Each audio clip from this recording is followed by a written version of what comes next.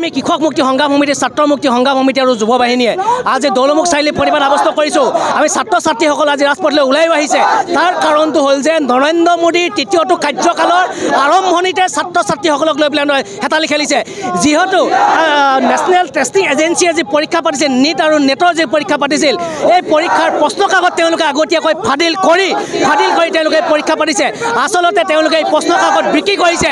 এই নৰেন্দ্ৰ মোদী আৰু ধৰ্মেন্দ্ৰ প্ৰধান নামৰ কেন্দ্ৰীয় শিক্ষামন্ত্ৰীজন লগ লাগি পেলাই তেওঁলোকে ডাঙৰ পইচা লৈ পেলাই এই প্ৰশ্ন কাকত ফাদিল কৰিছে, ছাত্ৰ ছাত্ৰীসকলক লৈ হেতালি খেলিছে।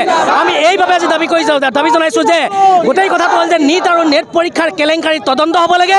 ইয়াৰ লগত জড়িত প্ৰতিজন বিষয়াক জেল হাজতলৈ প্ৰেৰণ কৰিব লাগে আৰু কেন্দ্ৰীয় শিক্ষামন্ত্ৰী ধৰ্মেন্দ্ৰ প্ৰধানে পদত্যাগ কৰিব লাগে আৰু নীট আৰু নেট পৰীক্ষা পুনৰ তেওঁলোকে নতুনকৈ পাতি ছাত্ৰ ছাত্ৰীসকলৰ তেওঁলোকে ভৱিষ্যতৰ দিশত চিন্তা কৰি পৰীক্ষা পাতিব লাগে আৰু ছাত্ৰ ছাত্ৰীসকলক লৈ হেতালি খেলাটো বন্ধ কৰিব লাগে। অন্যথা কিন্তু অসমৰ লগতে সমগ্ৰ ভাৰতবৰ্ষৰ ছাত্ৰ ছাত্ৰী ঐক্যবদ্ধ হৈ নৰেন্দ্ৰ মোদী আৰু ধৰ্মেন্দ্ৰ প্ৰধানৰ বিৰুদ্ধে ৰাজপথলৈ ওলাই আহিবলৈ বাধ্য হ'ব।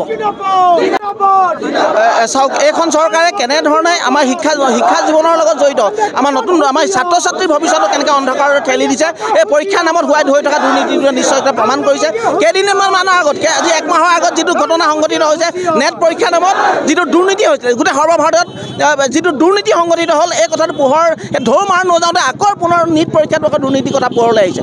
এই 10 বছৰ এটা পৰীক্ষা এখন চৰকাৰে ভালকৈ অনুষ্ঠিত কৰিব পৰা নাই। আৰু আমাৰ শিক্ষাৰ্থীসকলক যেনেধৰণে অন্ধকাৰত ঠেলিছে, এই কাৰ্যক আমি ধিক্কাৰ দিছোঁ। অসমতো সমৰ্থ নামৰ যিটো এটা পৰ্টেল, ইয়াত শিক্ষা জীৱনৰ লগত জড়িত নামভৰ্তিৰ নামত ব্যাপক কেলেংকাৰী হৈছে বুলি আমি অনুধাৱন কৰিছোঁ আৰু ইয়াৰ ক্ষেত্ৰতো অতি শীঘ্ৰে এটা তদন্ত দাবী কৰিছোঁ। আৰু ইয়াৰ পৰা যিটো ইয়াত নেতা পালিনেতা জড়িত হৈ আছে, এইসকলক যাতে অতি শীঘ্ৰে শাস্তি দিয়ে আৰু ইয়াৰ যাতে এটা ন্যায়িক তদন্ত হয়, তাৰ আমি কামনা কৰি এই প্ৰতিবাদ আমি সাব্যস্ত কৰিছোঁ। ধন্যবাদ।